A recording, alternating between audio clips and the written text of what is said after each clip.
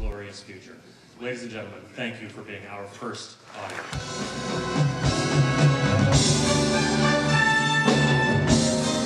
Hi, I'm Karen Shea. I'm Troy Siebels. And welcome to the Hanover Theatre.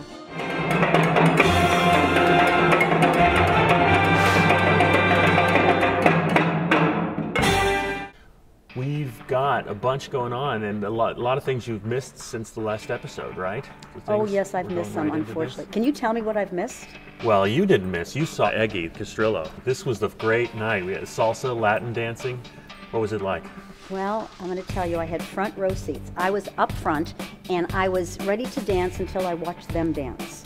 Salsa Storm got on stage and danced their heart out, and then I realized that it's an art.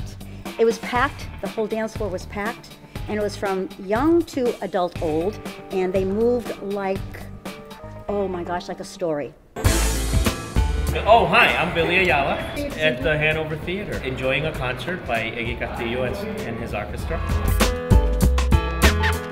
It is absolutely gorgeous. It's something that Worcester really needed and was missing. And I think it's one of those pieces that any city needs, a theater like Hanover Theatre, which brings sophistication, it brings culture. We'll leave it up to Salsa Storm. I can make anything look awkward, I promise. This was hard, but I loved every minute of it. But I've missed some other things. What have I missed? Kenny Rogers was the Wednesday after that. Kenny was great. We had almost a sold-out theater. He sang all the old favorites. I mean, you know, The Gambler, Lady. Yeah. You got to know when to hold 'em, know when to fold 'em. Boy, it was really a great night. This last Saturday night, we had a tribute to Buddy Holly, the Big Bopper, and Richie Valens. You know, this week was 50 years to the week since the plane crash that killed the three of them the day the music died. There was a feature on NPR about it this week, and a lot of sort of retrospectives on television and radio. And we brought in 3 tribute artists that pay tribute to each of them, and Harvey Robbins, who's a Boston area doo-wop guy and a band leader, to sort of be the band backing them up. And it was a fun night. It was dancing in the aisles, not quite like Eggy, but. You know, the oldies seems to have become very, very popular. People want to go back and hear the music again. I think it's more popular than ever. Is that true? It seems to be here. I mean, just in terms of the shows that people are bringing to us. As you know, we've got Herman's Hermits and the Young Rascals coming up next month. Next month, March? No, April. April. Excellent. Thank you. Excellent. The time rolls so quickly. I don't know. But and then the American Bandstand show, plus the doo-wop show we had in the fall. Love the doo-wops. Love it. Yeah. Yep. So I really think it is popular. It shows no signs of slowing down yet. You know why? Because people can sing along with it. You don't have to dance to it, but you can sing to it, and it brings you back in your time, in your youth. That's why it's so popular. I love it. Yeah. The last thing, I guess, is the Jewish Community Center was here on Monday night with their annual wine tasting event, and that was neat just to see the theater used in a different way. You know, they had the event mostly on stage with all sorts of wine vendors and food vendors on the stage and silent auction, and they're just in every corner of the building. And that was kind of neat.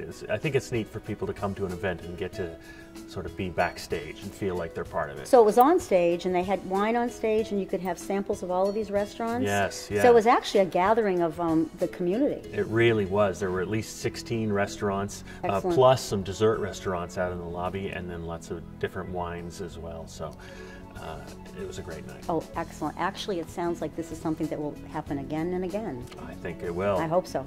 Yeah. So I don't miss it.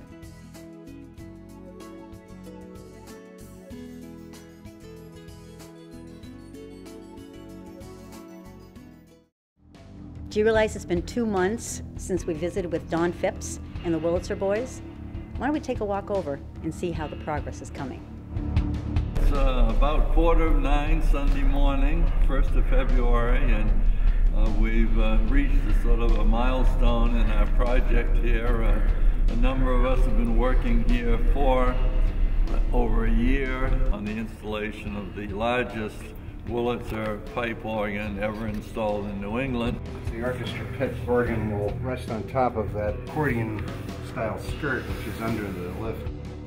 Now that the console's in, we're hoping that by the end of February we'll have the main side playing, which consists of 16 sets of pipes, the crystal cloth harp, and the marimba.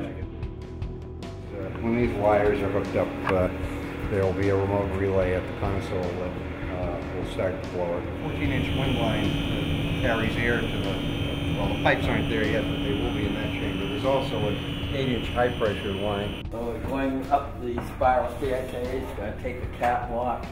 Okay, we're now up on the catwalk going over to the other side. There's a ladder going down into the solo chamber.